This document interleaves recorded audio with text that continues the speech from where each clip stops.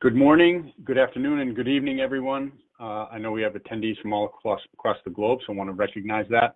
To start off, we'd like to thank you all for taking the time out of your busy days to join us for BlueVenn's webinar, Intelligence versus Wisdom. My name is Andrew Smith. I'm Key Account Director here at BlueVenn. And shortly, I will hand you over to Jim Kelly, who's our Principal Consultant, and he will take you through the presentation. Some housekeeping items: if you have attended any of our webinars before, you will know that you can ask questions throughout the presentation utilizing the BrightTalk software, and there should be a box that you can see on your screen. So please feel free to ask them anytime, and we'll get to them at the end. It's also important to know that we are indeed recording the broadcast, and we will email you the link to the recording and any resources within the next 24 hours or so. And so please keep an eye out for that. Okay, so we hope you enjoy the presentation, and without further ado, I'm going to pass you over to Jim Kelly. Jim? Hi, everyone, and thank you, Andrew. Thank you for joining us, and without further ado, we're just going to step right in. So we've all heard the term customer intelligence, and for many years, it's really dominated our thinking. We have gathered data facts, we've used our skills to build databases that turn those facts into usable information. Subsequently, we made decisions based upon what was in front of us. But that is not the end goal, and it never really was. Simple intelligence is not enough for what we're trying to achieve. More so now than ever before, as our customers become more agile in how they interact with us through all the channels they have available to them, it's imperative that we remind ourselves that it's human relationships with people that we're shaping, driven by memories of every interaction we have with them. They're not just numbers on a spreadsheet. So in this session, we're going to be covering some of the thinking behind how we go beyond mere customer intelligence, how we obtain real wisdom, and what the practical differences really are. Wisdom is subtly different than intelligence, and by far, in my opinion, it's much more valuable. When we combine our empirical experience of how and why the customer interacts with us, we can interpret the information in such a way as to really tap into the customer experience. Wisdom is the right blend of knowledge and experience that fuels good judgment. Now, good judgment, of course, really comes from being informed, and it also comes from being considered in our decisions. And it is the strength of these two key elements that can either empower or prevent the transition from intelligence to wisdom. Basically, wisdom is using our knowledge and experience to make well-informed, good decisions. It's easy enough in principle, I know, but more often than not, we're hampered by two components. And these are the two elements that we're going to be focusing on. Number one is the introduction of bad facts into the equation. This is the first issue. Unclean data, inaccurate measurements, or an inability to get at the right data. It creates inaccurate information, and we create knowledge gaps. It's at this point that you'll realize on our little graphic here that we still have intelligence. It's still there. It's just that it's no longer accurate intelligence. It has gaps. The second issue, that derives from how we interpret what we're seeing. The interpretation of information is critical to making decisions, but sometimes, and very often, it's overlooked. We will talk a little more about this later, but essentially it comes down to being human. We are, after all, shaping human relationships based upon memories of interactions, only something a human can really understand. So whether it's bad facts or a lack of interpretation or both, the end result is that we are misinformed and we make misguided judgments. Experienced marketeers don't often make bad judgments, but they can be misguided and therefore make the wrong decision. You will note, however, that even at this point, even with the combination of bad facts and a lack of interpretation, we still have what we call intelligence. It's just the wrong kind. So what we're going to do for the next half an hour, 40 minutes, is we're really going to concentrate on the fundamentals and remind ourselves of how we get there, how we can rethink the foundation a little bit, and how we can build upon that going forward. We're going to take a look at how we can create a foundation for knowledge based on trustworthy facts that generate a valuable and relevant asset which we can interpret to inform a better decision. We want to empower wisdom, essentially. So whenever I speak to my clients about customer knowledge, marketeers talk about relationships, and rightly so. It is the relationship that we're trying to guide. It's the relationship that we're trying to get involved in. But they want to improve relationships by getting more appropriately involved in their customers' journeys. But before we can understand what the customer is doing and why, we need to identify who the customer is and how we think about them. In your organization, whether business to business or business to consumer, you may have a product or a service or a structure that defines your buying process. Perhaps a customer has an account. Perhaps you have a very complex buying process where you speak to one individual, then you have to take it up with another individual, then there's a whole email exchange, then eventually you move towards the nurturing the opportunity and the actual sale itself. No matter what that buying process is, even if you have customers at a household or a premises, it's important that we remember that we're trying to shape human relationships. So if you take, for example, household level, if you're the kind of organization that treats your customer at a household level, and there are several examples of that, one of which would be an energy company, when you purchase electricity or gas or something like that, and you're having that delivered at the household level. There are some organizations where it's okay to treat the customer as a house or a premises, but there are other organizations where there is significant benefit can be gained from tapping into the individual. If you take, for example, energy, as I say, it's perfectly fine to actually treat that individual as a customer household. You sell to a household, you ship to a household, and you bill a household. But when you think about something like news media or news publishing or articles, anything which is information biased, it's the individual's personal feelings, emotions, and needs that you're trying to actually deliver to. So in all cases, there are benefits where you can store the data at the customer level and then extrapolate it out to household if that's how you report, etc. So essentially, people are people. People interact with each other and they have emotions. Relationships are built upon memories of the interactions you have. So let's tap into that. In our personal relationships, the kind that we have with family, friends, and colleagues, we naturally draw upon the memories of the interactions we've had with them, all the interactions we've built up over the years to develop that relationship further. We draw upon memories to identify what we know, what others know, how they behave, where they live, and what we've actually talked about. Our shared memories are what defines the relationship we have with the individual. It's the shared memories that we have with a customer, which are actually very similar. They're just in a raw data form. Everything from what we know about a customer, all those facts, relationships, interactions, they're all stored somewhere in your business.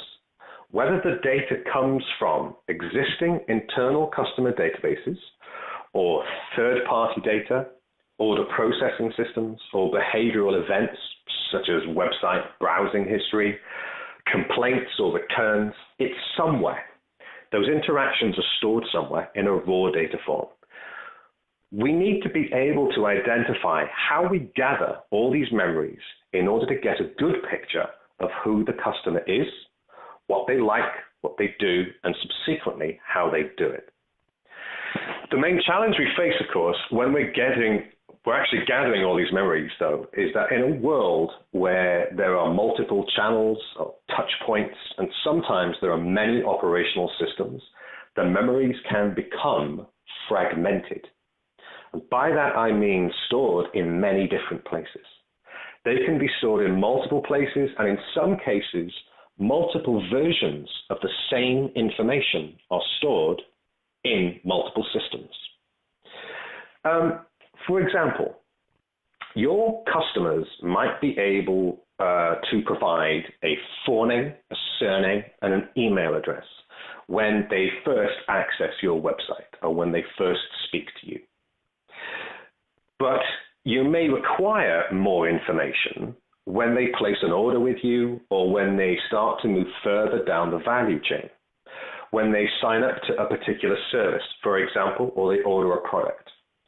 And try and think of the number of different operational systems you have in your business within which your customer raw data resides. That's the fragmentation of your memories. Defragment your memories. Join them all together. That's the first thing. And you can see here in this example, the forename exists in more than one system. So don't forget that when you are defragmenting your memories, you have to think about which forename you want to use. Maybe it's a vanity name or a nickname, or it's their legal first name. It's entirely up to the relationship you're trying to develop with your customer.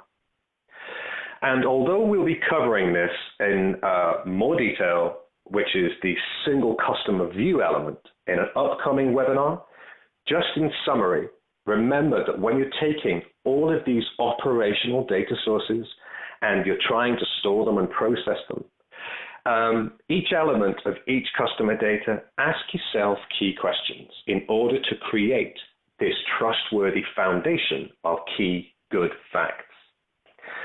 Are you permitted to store and process it? Are you allowed to hold it is the first question. Some data, such as credit card numbers, should not be stored for marketing purposes. They are a part of the purchase process. They're not really a part of the customer relationship itself. Think about the consumer's rights as well. Depending where the customer lives, you may have to follow other legislations as well, such as the new General Data Protection Regulations we have coming into force in Europe in the next 2 years. If you're handling European personal data, even if your business is in the US or Australia or Japan, it doesn't matter. If you're handling European personal data, you'll have to be aware of these regulations and you'll have to abide by them. Is the data that you're gathering, is it accurate, is it clean, and is it trustworthy? This really plays to the core of the earlier point we made about having bad facts. It's better to have no facts at all than to have misleading or inappropriate information. Clean, accurate facts will give you the right answer when you ask the right question. Is it ready for marketing? And by this, I mean, is it actually usable by marketeers? Can it be interpreted in a way that adds value to the marketeer's decision-making process? More often than not, you'll need to process the data, combine it, standardize it, or reformat it into something which is usable by marketeers when they make decisions. Is it structured? Structured facts allow you to join up facts. And as we've already discussed, it's all about defragmenting memories. So if you can't join the memories together, you're not really resolving the issue. So if you're going to defragment your memories, you'll need to be able to join them together into a coherent experience that makes sense to anyone looking at it, not just somebody that really understands the data. Try to join them together, structure them. Is it auditable and is it traceable? For the most part, and again, we will cover this in more detail in an upcoming webinar on single customer view, every fact, every memory, and every relationship element you store about your customers should be auditable. so that if, for whatever reason, the results that you're getting look strange and not what you expect, if you have to challenge and question the facts that you're being presented with, you can trace the result back to the source data and you can find and resolve the problem if there is one. So once our memories are all gathered in one place and we have a single record per individual that we can view at many different levels, they're clean, trustworthy, usable, and above all, they can underpin a true knowledge base for our customer relationships. We can then concentrate on the next element of our transition into true wisdom, and one for me, which is potentially the most important: making your memories usable. So let's take a look at one individual. Now, we're going to call her Rebecca Johns. So we've got all of Rebecca's data, all her factual information in our knowledge foundation customer database now. We have all the important pieces of information that enable us to have a proper conversation with her across multiple channels. We have clean, trustworthy contact details, telephone numbers, email addresses, mailing, and shipping addresses. Because we're storing this at the customer level, but we're able to extrapolate it to household level, we can also see which other of our customers either live or work at the same location as Rebecca.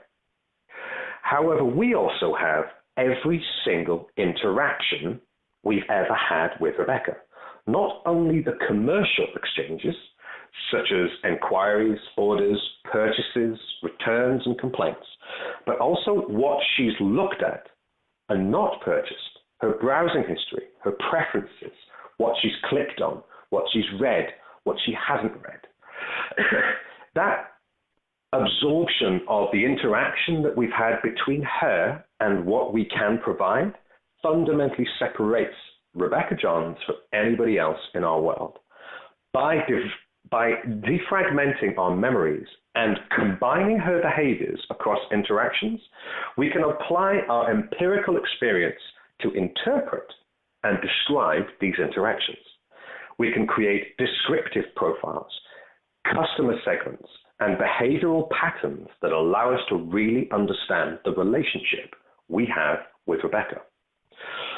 But what we mustn't lose sight of is that Rebecca is a person. She is a human, and like most people, change is perpetual. It's never ending. Rebecca will, at some point, change her phone number. She'll change her cell phone. She'll move house. She'll live with other people. She'll work at a different location. Our memories are not static, and our platform has got to take this into account and be ready for it. This is not something you can do as a one-off process. The memories have to constantly evolve with the relationship we have with Rebecca. As Rebecca's relationship with everyone around her, including us, also changes, so will her interactions, her needs, her ambitions, her desires, and her behaviors. Moreover, Rebecca can become anyone she chooses to be. She can be Becky one day, Miss Johns the next. She can change her forename, her surname, her gender, her age, what she likes, what she dislikes, anything. The only thing that Rebecca can't change is her date of birth. So the only thing that will stay static about you as an individual human being is your date of birth. Anything else can change. Our memories have to evolve too. The platform that we put in place to store and process all these memories and facts has to be able to cope with perpetual change and to respond to key changes that we can interpret as important to our relationship with her. When it comes to interpreting the interactions we have with Rebecca, we also need to take into account that it's the perspective of the interaction which is most important. For example, in order to have the same appreciation of the interaction as she does, so that we talk about it in the same way, we need to see it from her perspective. Our database, for example, one simple transaction here, our raw data fact says that Rebecca purchased MX83732BLK. She didn't though. That's what we sold her. That's what we shipped her. What Rebecca actually bought was a black cocktail dress to celebrate her birthday with her friends. Now, clearly, we can't tap into the whole emotive element of that, but simply by looking at when the purchase took place, what type of purchase it was, and the fact that it was relatively near her birthday, we could extrapolate as a human being, or even make an estimate, a guess, this could be a purchase for her birthday. This could be for a party, for an event. We have to try and see it from her perspective. It's subtle, I know, but it is very important. The way in which our raw data is stored is very, very rarely humanized. So it's not a memory, it's just a fact. This is where our empirical experiences of our brand, our products, and our services becomes really important. The way in which we interpret facts needs to start at the customer interaction experience itself. Here are some more examples, just so you can get your head around this. The data might say, for example, that she hit our website on May the 2nd, and she left on May the 3rd. That's because the way that the actual dates are treated in our database says she joined on the 2nd, and she left the website on the 3rd. But from her perspective, she was lying in bed with her tablet browsing our website. In her head, she was on the website for 8 minutes. It just happened to span midnight. So from her perspective, she didn't hit the website one day and leave the next. We have to make sure that our memory is the same as hers. It's the human interpretation of the interaction, which is key. When our billing system, as another example, says Rebecca spent $100, it may not be an accurate memory of that interaction. If she parted with $140 out of her credit card or a checking account or out of her pocket, then we should know. She gave us $140. She was emotionally and financially committed to $140 when you include tax and shipping. Fashion retailers in particular have this well-known problem. You might have seen it in the news recently, but it's been around for a long time. Of customers ordering multiple sizes of the same product, only to return the ones that don't fit. Although factually, if you look at the last one on our list there, the returns rate for Rebecca might be 66%. That's not how Rebecca remembers it. So if you met her in the street, if you bumped into her in the street, and she'd just been in your store and she'd taken 3 items into the changing room and put 2 back on the rack, you wouldn't bump into her and say, Rebecca, you returned 2 products this afternoon. Because in her head, she remembers keeping what she ordered. For her, the act of ordering multiple sizes is just part of her buying process. So even though our data facts can say that she returned 2 and kept 1, our marketing perspective needs to incorporate the personal relationship we have. As well as the most common ones that we tend to actually encounter here that you can see. Each industry, each vertical has their own unique interactions, most of which can be interpreted from the customer's perspective. After this webinar, I'd really like you to have a think about your business and your vertical and how your industry can kind of make use of how you define the interactions you have, and whether by combining interactions as a human being, we can have a different perspective. And also whether your customer marketing platform will allow you to apply the right perspective to it.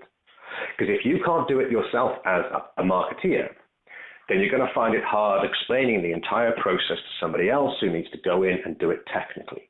This is not about technical facts or data. It's really key. And when you think about other verticals, other industries, I mentioned news media earlier, that's also quite similar. If I was to hit your website, for example, and I was to click on an article, the way in which your editorial teams categorize that article may not be the same way in which I reached it or the same way in which I perceived it. So if I click on sport, which is something particularly popular at the moment. In Europe, we have the European Championships on, but if I'm going to start reading elements on sport, you might think that I'm interested in football. I'm not. I might be intrinsically disgusted by violence off the pitch, and therefore I'm reading about violence off the pitch. It's still in the sports section. But how do you understand these things? Well, I can't, because I'm not you. It's only the human experience and the empirical knowledge of your brand, your products, your services, and your customer base that allow you to add this extra knowledge of importance, and therefore transition to wisdom. Let's do another example that is quite close to all of us, I'm quite sure. There is a well-known online retailer that I'm sure most of you use. I know myself, I'm a prolific user. They started out by selling books, and then they moved into music. The range of books and the capability for them to put them all on one page, it was absolutely incredible. Loved the experience. Everyone liked getting the books.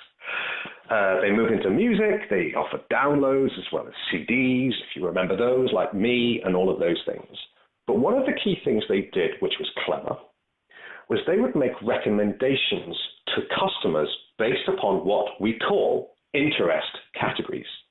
The idea, of course, is that books and music in particular fit very well into interest categories. They share the same interest. For example, you can categorize books in thrillers, or romance, science fiction, or biographies. So essentially, if I'm interested, if I am a customer, for example, that purchases a book from science fiction, one could assume that I might be interested in more books from science fiction category in the future. The recommendation of books that had a similar interest group was very successful. Although I'm not aware of the entire metrics, I certainly personally bought more books as a result of the recommendations that were made to me. It was very successful. The problem, however, in my opinion, and it is purely my opinion, is as this organization grew, as their product lines grew, as their product category offering grew, was that when this well-known online retailer began to branch into all the other lines and offerings, their intelligence didn't evolve. The customer intelligence didn't evolve with it. They didn't and still don't take into account that the wisdom, that human experience, when applied appropriately, of course, it really can add so much incremental value to the relationship they have with me. Interest categories, just to clarify exactly what I mean, they don't apply to products like travel plugs and speakers, razors, or cell phone charging cables. Right now, if I buy razors, I get recommendations for other razors for the next few days. I'll be offered blue razors or red razors or different types of razors because they're in interest categories. I receive those recommendations because all razors belong in the same interest category. So what's being forgotten, of course, is the purpose of the product, the way that the actual sale is not the same as the purchase. What I'm buying is a razor. I don't need another razor the next day. The way in which the customer is using the product has been lost. If I buy razors, recommend shaving cream to me. If I buy a travel plug, recommend other travel products to me. Now, I know that this organization, they introduced this other recommendation concept, which is people that bought this also bought this. It's great, but it doesn't take me as a human into account. It's just basically what was bought at the same time in the same location over a period of time. So other customers are making recommendations to me. The organization is not who I have the relationship with. And that for me is difficult and easily resolved. So real wisdom is not just about data at all. It's about being able to bring together good, clean, trustworthy data facts and imperatively being able to use our real life human experiences to turn those facts into defragmented memories that of course, truly reflect the interactions and relationships we have with our customers. I'm afraid I cannot take credit for the words, but I believe it was the great Jimi Hendrix that said, "Knowledge speaks and wisdom listens." If we're going to have a real relationship with our customers, we need to be able to listen to what they want and understand from their perspective what they're doing and why.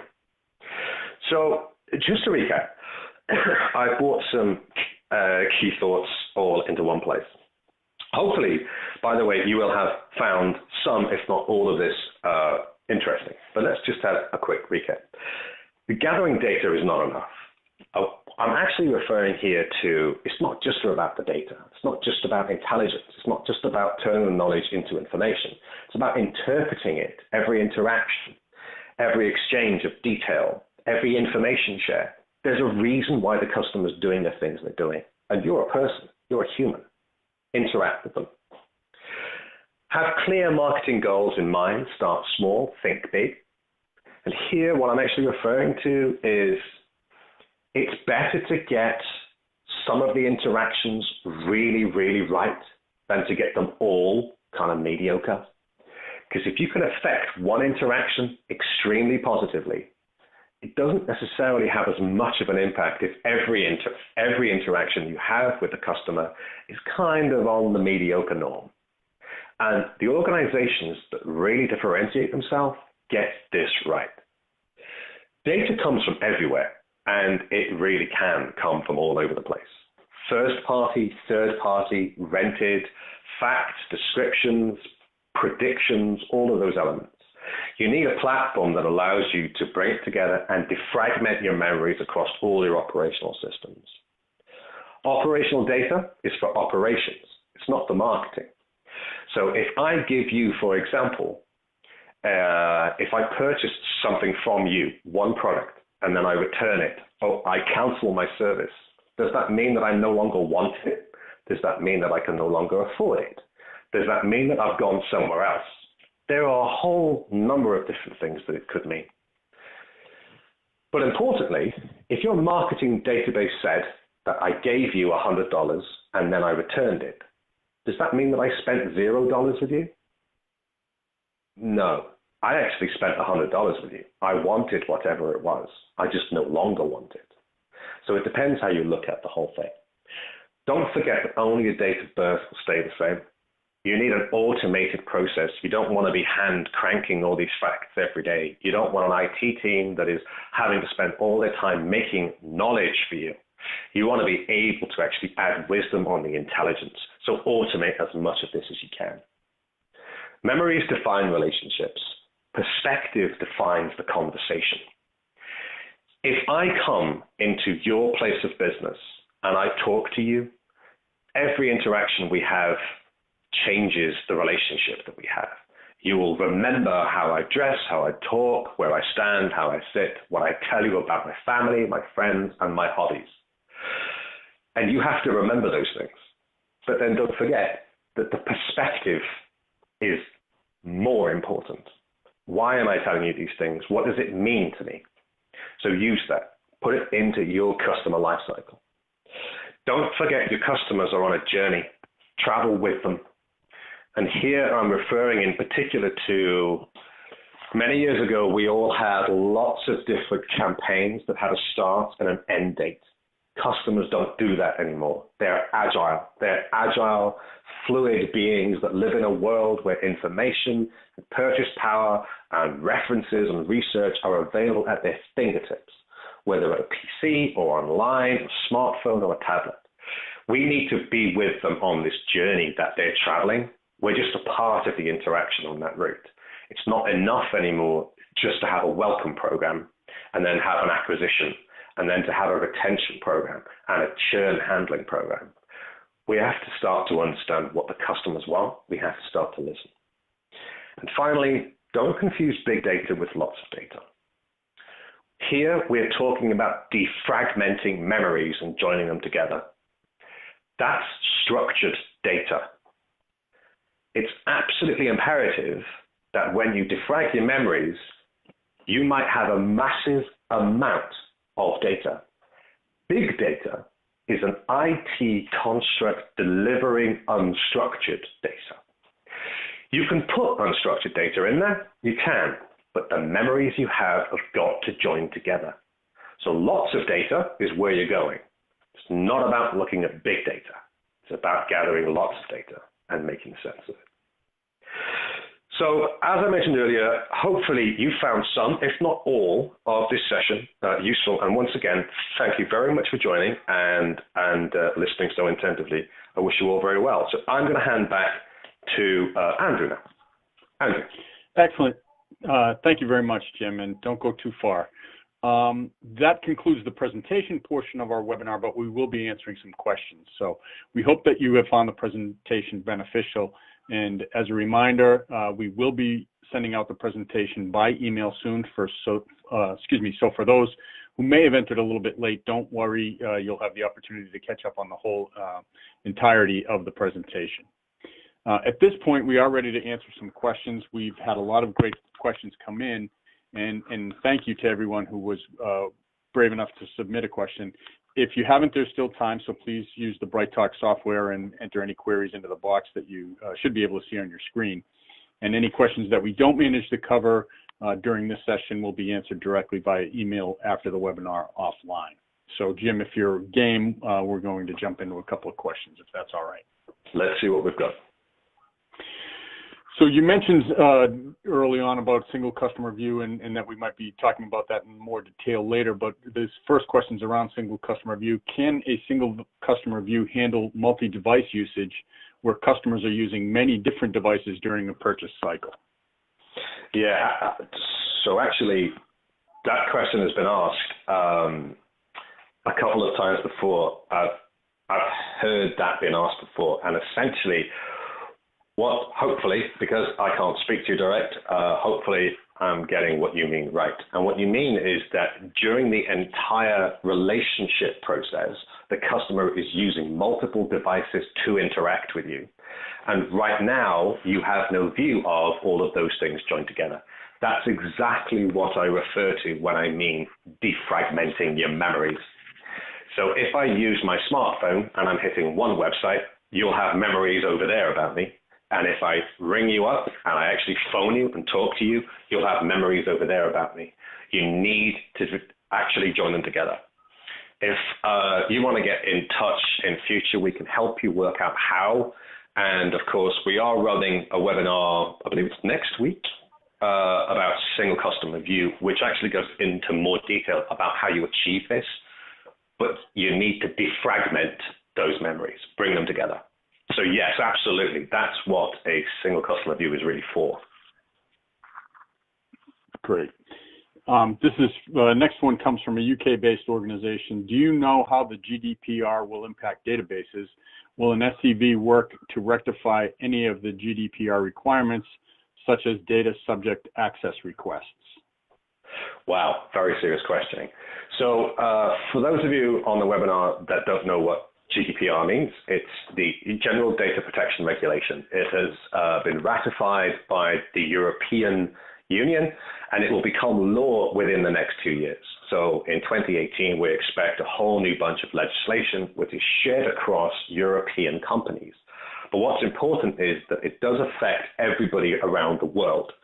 If you store and you deal with and you have any consumer personal data, which is of European domiciled individuals, you have to treat that data and abide by the General Data Protection Regulation when you process it. So that's the first thing. It affects everyone. So to answer the question, which is, will this approach kind of handle GDPR, specific things, subject access requests, which is where I might call you up, Andrew, and say, give me all the information you've got on me. Actually, a single customer view is the only place that you can deliver a subject access request from. Because if I want all the data you have on me and all the personal data and personal interactions you've had with me, only once you've brought your data together can you answer that question. So GDPR is legislation that we all have to adhere to if we're handling European data in the next 2 years. And it resolves a number of issues. such as opt-in by channel, rectification of problems, the right to not only be forgotten, but the right to erasure, and of course, subject access requests. So that's what it's supposed to be delivering. And absolutely, yes, it does. Excellent. This is a question that kind of gets to the disparate data sources. How can an organization consolidate data if it's held in many different places, in fact, sometimes in different continents? Is this something that you've come across, and what is the time frame for a project like that? Okay, so I'll work backwards through that question if I can. First and foremost, any time frame for any knowledge base that you're trying to build of customer data really depends upon the number of data sources that you're trying to bring together. So if you have 1 or 2 data sources, it'll be significantly quicker than if you have 100 data sources. When you're talking about data across continents, data is data. We live in a world now where moving data from America to the UK is the same thing as moving data from one building to another. You just copy it across the network. The key element is whether you are allowed to share that data, and move that data, and store it outside of the country within which the data was created and the individual resides. And we can help you understand that, but technically, at a platform level, there is no difference to processing data from any country if you're trying to join it together and defragment all of your memories. What changes really is the name and the address, and personal hobbies might be language specific. So the address for a Chinese individual will be a Chinese address. Every other interaction needs to be interpreted. But what I will say to you is, if you are matching and bringing data across continents and languages, or even different local regions, try to interpret it as though the customer is interpreting it. Different groups of people interact in different ways for different reasons. So you might need to think a little bit extra about how you're bringing data together and also how you're interpreting it. But it certainly can be done, and we've done it for a number of different organizations. Great. Similar kind of question, a little bit different. As a retailer with 4 million customers, how quickly can the data be extracted from multiple systems and presented to marketing or dropped into our automated marketing campaigns? And can it be real time? Good question. Yeah, so the speed at which you can bring all your data together, the speed at which you can create this knowledge foundation is entirely down to the speed at which your operational systems can feed the system. So if your operational systems will cope with real time, and a lot of modern point of sale and contact centers can, then marketers can make decisions in real time. They can interpret that in real time, and they can put in place real-time triggers and business automation, which will respond to those. The limitation of real time is about data transfer rates, and the majority of real-time interpretation is where it gets difficult. I want to be able to respond to a interaction with my customer at real time, but I must not forget everything that I've done before. So a classic example is, Andrew, let's say you order a service online from me, or you sign up to a service. If I am just responding to that individual interaction, I might say, welcome aboard. Whereas if I have an omni-channel view of every memory and interaction I have with you, I might remember that you were my customer last year and you're actually signing up again. So I might respond in a slightly different way, more personal, and say, welcome back. So when we respond at real time, we have to also try to take into account, let's not forget everything we already know about this person. Great. Thank you, Jim, very much. And just looking at the clock, I think we want to keep it to roughly 45 minutes. So that's all we're going to take for right now. Again, any questions that we weren't able to cover, here during this session will be answered directly via email after the webinar. If you'd like to know more about BlueVenn and how we might be able to benefit your organization, please feel free to send us an email or give us a ring on the contact details that you can see on your screen, and would obviously love to hear from you. To hear about which industry leaders are using BlueVenn services with a range of different case studies and a list of our upcoming webinars, as Jim said, we have one coming up on single customer review, you can visit bluevenn.com. BLUEVENN.com. And lastly, if you found the presentation useful, please feel free to connect with us on LinkedIn and Twitter and follow us there. We're regularly posting helpful marketing ebooks as well as our weekly blog. Well, we hope you've enjoyed the webinar. That's all from us today. Have a great day and goodbye.